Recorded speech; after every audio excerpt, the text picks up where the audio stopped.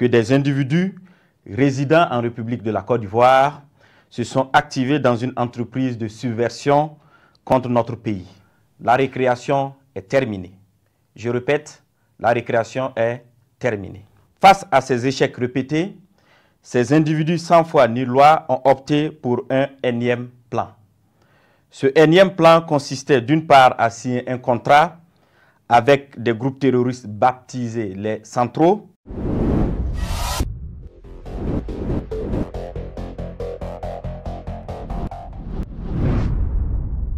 Depuis plusieurs mois, nos services de renseignement en collaboration avec ceux de l'Alliance des États du Sahel suivent de près un vaste réseau de déstabilisation orchestré depuis l'extérieur et dont les ramifications internes menacent notre souveraineté nationale.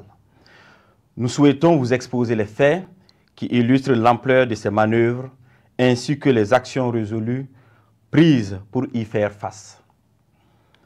Il est porté à la connaissance du public burkinabé et de la communauté internationale que des individus résidant en République de la Côte d'Ivoire se sont activés dans une entreprise de subversion contre notre pays. Ces acteurs du chaos, appuyés par certains services de renseignement de puissance occidentale, sont constitués aussi bien de civils de divers profils que des militaires et anciens militaires ayant quitté le territoire national pour participer à des opérations de propagande et de déstabilisation.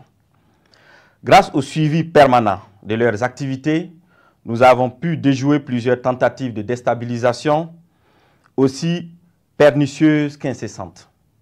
Face à ces échecs répétés, ces individus sans foi ni loi ont opté pour un énième plan. Ce énième plan consistait d'une part à signer un contrat avec des groupes terroristes baptisés les Centraux et d'autre part à leur donner des formations spécifiques dans la zone du Centre-Est pour la prise d'objectifs qui ont été consignés dans leur contrat.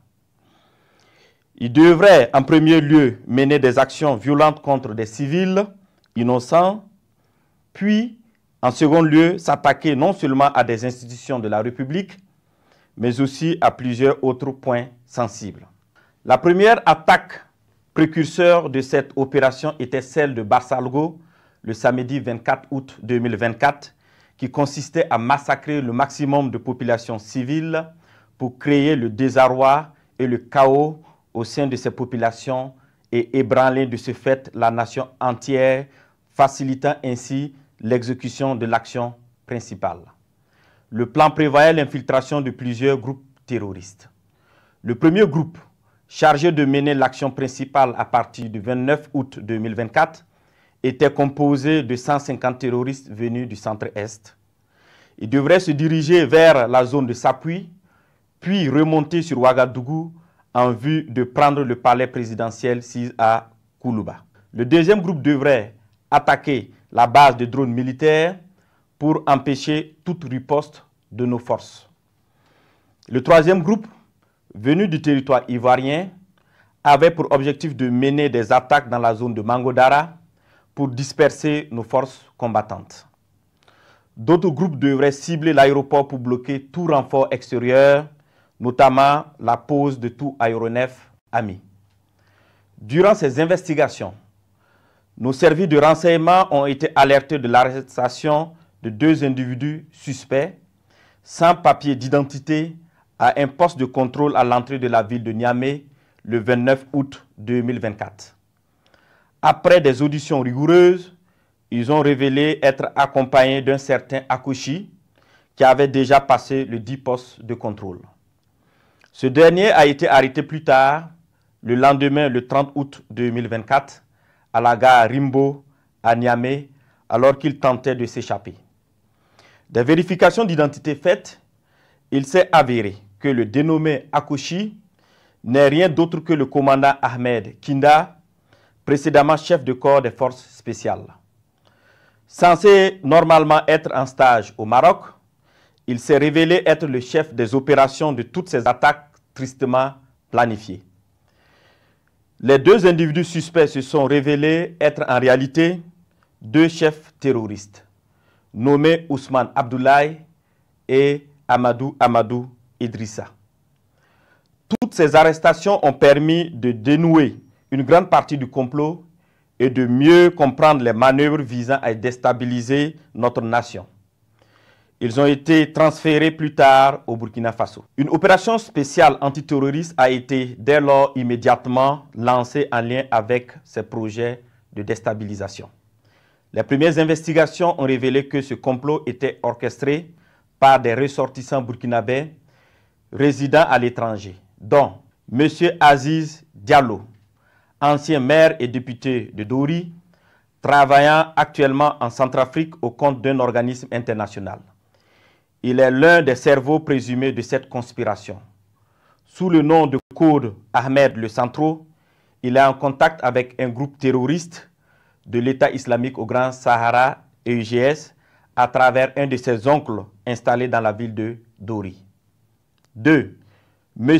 Ousmane Moumouni Raouni Diallo, oncle de M. Aziz Diallo, ancien combattant de l'EUGS, ancien coordinateur des négociations avec le groupe terroriste sous l'ancien président Damiba. 3. M. Aziz Dabo, ex-agent de l'Agence nationale de renseignement ANR, en fuite, connu sous le nom de code Lionel. 4. M. Abdoulaye Bari, connu sous le nom de code Le Voyageur. Il est le lien entre les puissances occidentales, les terroristes et la partie militaire. 5. Un certain Serge Maturin, journaliste nigérien d'origine ivoirienne, représentant Le Voyageur au Niger. Il a hébergé le commandant Ahmed Kinda la nuit du 29 août 2024 pour lui permettre de s'échapper et devrait faciliter également l'infiltration de tout le commando à l'est du Burkina Faso. M. Abdoulaye Bari lui avait demandé de garder par devers lui 4 téléphones satellitaires de marque Touraya destinés aux opérations funestes. 6. M. Djibril Yipene Bassolé, ancien ministre des Affaires étrangères du Burkina Faso. 7. M. Newton Ahmed Bari, ancien président de la CENI. 8. M. Alpha Bari, ancien ministre des Affaires étrangères du Burkina Faso. 9. Le commandant François Zungrana, alias César. 10. Le commandant Herman Zongo, qui renseignait sur les positions des vecteurs aériens et des mouvements de l'armée. 11. Le commandant Joanny Kompori, ancien directeur général de la SONABI, qui recherchait des drones kamikazes. 12. Le colonel Zala, travaillant dans le système des Nations Unies en Centrafrique. 13. Le lieutenant-colonel Paul-Henri Sandaogo Damiba, alias le Patriarche, qui dirige le volet militaire de ce complot. 14. Le lieutenant-colonel D. Romeo Woba, alias Rodriguez, qui est le chef du centre des opérations à Accra. 15. Plusieurs autres officiers à l'extérieur du pays sur lesquels les investigations se poursuivent. Ces déstabilisateurs, en collaboration avec des complices à l'intérieur du pays, menaient des actions de désinformation massive et utilisaient des pratiques occultes pour s'aimer la confusion et la division. Plusieurs marabouts ont été consultés par M. Abdoulaye Bari, alias le Voyageur, qui s'est fait aider par le sergent-chef Tendano, alias Taylor, ancien élément des forces spéciales qui sera arrêté plus tard par nos services de renseignement. Ce dernier donnait des renseignements à l'ennemi et avait en charge de recruter des éléments pour les opérations de déstabilisation. Il a en outre pris contact avec son père, marabout très connu dans la zone de Bogandé, afin qu'il travaille à ce que les infiltrations des terroristes se passent très bien. Suite à l'arrestation du commandant Ahmed Kinda, alias Akoshi, et des 2 chefs terroristes, il avait été convenu dans un premier temps de ne pas divulguer l'information pour permettre ainsi nos services de découvrir toute l'étendue du réseau. Les communications interceptées ont révélé l'implication de plusieurs opérateurs économiques dans le complot. Des enregistrements de ces communications seront bientôt diffusés au public dans les prochains jours. D'autres leaders de la société civile participant aux échanges via un groupe WhatsApp dénommé IB Dégage sont également impliqués dans cette vaste entreprise. La plupart des réunions de planification se menaient au Ghana, dans le quartier Ashimota, à l'hôtel Jidi Lodge à Accra. Certaines autres réunions se menaient à Tamale, en présence de M. Abdoulaye Bari, alias le voyageur, et du lieutenant-colonel D. Romeo Woba, alias Rodriguez. Dans un second temps, il avait été convenu que le commandant Ahmed Kinda, alias Akouchi, le sergent-chef Tendano, alias Taylor, et les deux chefs terroristes, accompagnés de l'une de nos équipes, montrent le site de stockage de leurs équipements et de leurs matériels divers. Ce lieu, sous la garde des terroristes à la solde du commandant, a été localisé non loin de la ville de Tenkodogo. Une fois sur place, ceux-ci ont tenté de s'échapper, mais des échanges de tirs sont suivis, au cours desquels ils ont été neutralisés en sus de plusieurs autres terroristes. Les autres déstabilisateurs, loin d'abandonner leur funeste entreprise, ont décidé de peaufiner un nouveau plan lors d'une réunion qui doit se tenir normalement au Nigeria le 27 septembre 2024. Il s'agira pour eux de recruter de nouveaux terroristes, en sus de recruter 500 mercenaires en provenance d'un pays européen pour des attaques à grande échelle à Ouagadougou visant à semer la terreur. Toujours dans leurs prévisions, ils ont décidé de tuer tous ceux qui s'opposeraient à leur action en faisant référence aux populations dans le cas où elles se révolteraient. Ainsi, pour préserver leurs familles et leurs proches de toutes les représailles des populations contre eux, ils ont décidé que chacun d'eux exfiltre sa famille et ses proches avant le début de leur opération. Grâce aux informations recueillies, nous avons pu identifier les participants prévus à cette réunion de coordination à venir au Nigeria, parmi lesquels devraient figurer 1. Le commandant Ahmed Kinda, alias Akouchi. 2. M. Abdoulaye Bari, alias le voyageur.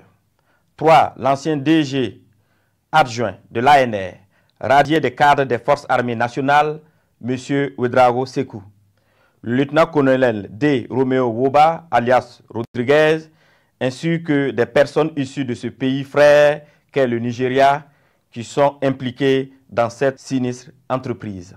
Tous devraient faire jonction avec M. Gibril Yipene Bassolé et certains éléments des services de renseignement occidentaux. Fort de ces informations avérées et au regard de la gravité extrême de ces actes, il a été décidé de maintenir l'opération spéciale afin de neutraliser toute personne qui tenterait de semer le chaos dans notre pays. Des instructions fermes ont été données pour rétrocéder au service de renseignement burkinabé l'ensemble des dossiers initialement judiciarisés afin de reprendre les auditions. À l'endroit des familles et des proches de ces terroristes, il leur est conseillé de les dénoncer, de les dissuader de poursuivre dans cette voie destructrice et de se départir formellement de toute action subversive. À l'endroit des familles et proches de ces terroristes, il leur est conseillé de les dénoncer, de les dissuader de poursuivre dans cette voie destructrice et de se départir formellement de toute action subversive. La récréation est terminée. Je répète, la récréation est terminée. Pour ceux qui ne me connaissent pas, je suis le coach Emmanuel l'agronome. Je suis un agronome, je suis technicien supérieur. Je fais l'élevage du poulet, de la production jusqu'à la commercialisation. Je ne fais pas n'importe quel poulet, je fais la race hybride. Quand je parle de la race hybride, c'est le poulet local amélioré. Et le poulet local amélioré vous permet quand même d'obtenir des poussins, d'engraisser vos poussins, de fabriquer votre aliment. Si vous maîtrisez la nutrition animale, il faut maîtriser ça pour réduire le coût de production. Vous n'êtes pas sans savoir également, les amis, que l'alimentation représente 80% des dépenses. Oui, l'alimentation, c'est 80% des dépenses. Donc, si vous maîtrisez la fabrication d'aliments, vous obtenez vos poussins, vous maîtrisez la commercialisation aussi. Je parle souvent de la commercialisation. Il ne faut pas se lancer dans le poulet pour se lancer dans le poulet. Il faut maîtriser la commercialisation. Il faut transformer le poulet. Il faut maîtriser le marketing de communication, le marketing de vente et le marketing de produits. Il faut améliorer le produit. Les amis, les gens aujourd'hui, ils achètent l'esthétique. Ils achètent l'esthétique. Donc, améliorer le produit. Si vous êtes intéressé par nos produits, nos formations, le numéro est devant vous. Et une fois encore,